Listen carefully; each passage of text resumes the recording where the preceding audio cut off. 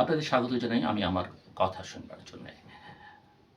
বাংলাদেশের একজন অবিসংবাদিত নেত্রী, সাবেক প্রধানমন্ত্রী এবং বাংলাদেশ জাতীয়তাবাদী দল বিএনপির চেয়ারপারসন বেগম খালেদা জিয়া, যাকে সবাই দেশনেত্রী বলেন, আপসীন নেত্রী বলেন, তিনি গত মঙ্গলবার ৮০ বছর বয়সে জীবনের শেষ নিঃশ্বাস ত্যাগ করে পরপারে চলে গেছেন।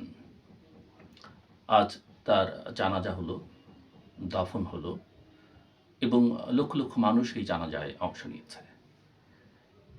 শুধু লক্ষ লক্ষ মানুষ জানাজায় অংশ নেননি, তার এই শেষ যাত্রায় অংশ নিতে আমাদের দক্ষিণ এশিয়ার বিভিন্ন দেশের পররাষ্ট্রমন্ত্রীরা অংশ নিয়েছেন, ভারত, শ্রীলঙ্কা, নেপাল, পাকিস্তান থেকে, এবং বিভিন্ন দেশের নেতৃবৃন্দ শোক জ্ঞাপন করেছেন।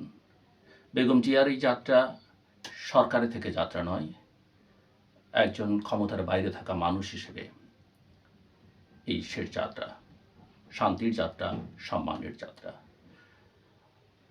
এবং তাকে সমাধিস্থ করা হয়েছে তার প্রয়াত স্বামী, যিনি 1981 সালের 31শে মে নির্মম হত্যাকাণ্ডের শিকার হয়ে মৃত্যুবরণ করেছিলেন রাষ্ট্রপতি থাকা অবস্থায়।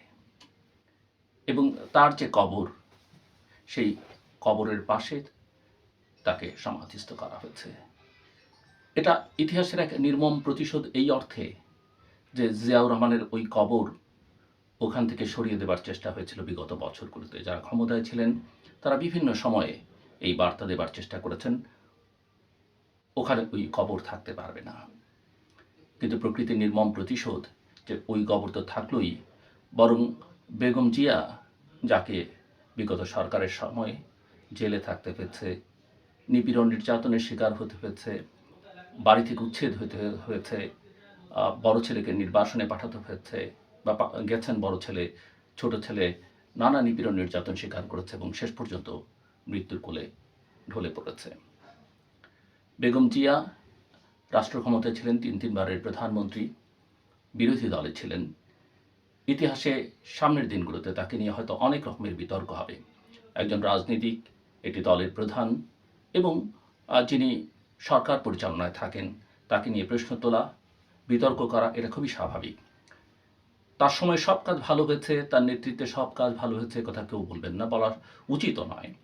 কিন্তু পাল্লাটা, বিশেষ করে তার যারা প্রতিদ্বন্দ্বী রাজনীতিক, প্রতিপক্ষ রাজনৈতিক শক্তি, তাদের বিবেচনায় তিনি অনেক ক্ষেত্রেই এগিয়ে থাকবেন এবং এগিয়ে আছেন বলেই তার এই মৃত্যু সবাইকে শোকাবহ করে তুলেছে, শোকাহত করেছে।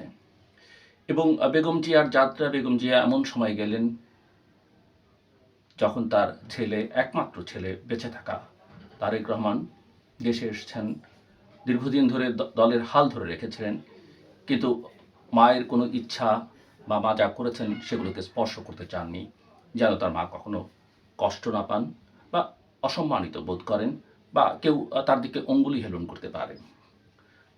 মায়েরই বিদায় তাকে দলের পুরো নেতৃত্ব, কর্তৃত্ব দেবার সুযোগ করে দিয়েছে এবং শক্তিও দিয়েছে।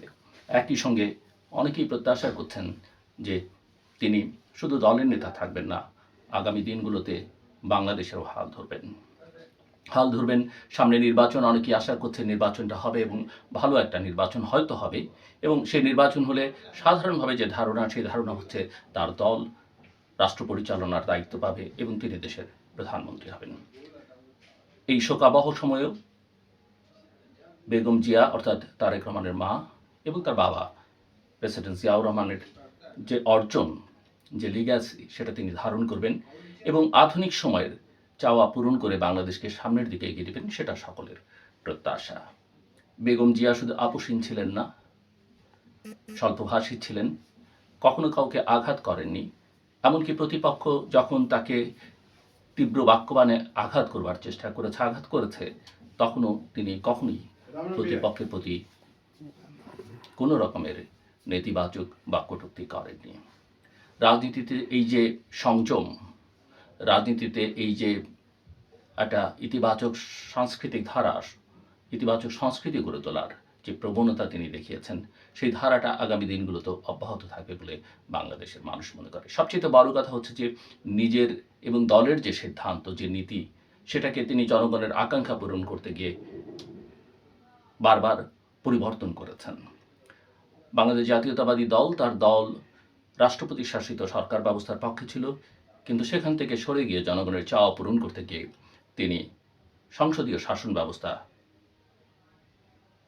রাষ্ট্র ক্ষমতায় থাকাকালীন, সংসদে সংখ্যাগরিষ্ঠতা থাকাকালীন সময় সেই ব্যবস্থার পক্ষে দাঁড়িয়েছেন।